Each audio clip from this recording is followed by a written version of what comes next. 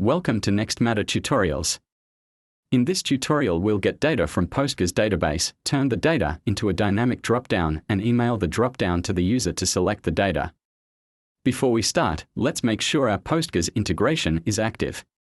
If not, you can click Connect and activate the integration by providing details such as the port number, password and username. Now, let's start by creating a new workflow. Now create and configure the Postgres integration step. To get the data from Postgres, enter the query in the query field. Add variables so that you can use the query results in the next steps. Create a step with a form.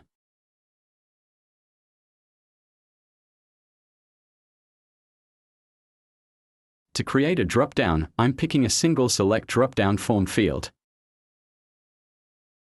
The source of my dropdown will be Postgres, so I'm selecting the dynamic option. I'll also use the braces to find the data reference to my Postgres table data that was obtained in the Postgres integration step. Assign this step to an external user.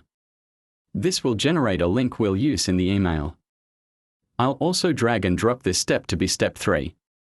Now add a step that's an email. Drag the step to be step 2. Again, use the braces to pick the data reference. In this case, it will be the public URL that contains our dropdown. This is the email the user receives. In the email we are asking the user to pick their case number from the dropdown that shows when users click on the link. Note that this dropdown will dynamically change each time we add data to Postgres.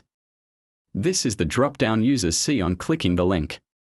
They can select the case number and click Complete. As a final step, let's send a confirmation email after the user has picked the data.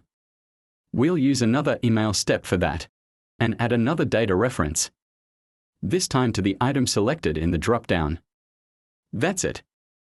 If you like this tutorial, visit us at nextmatter.com.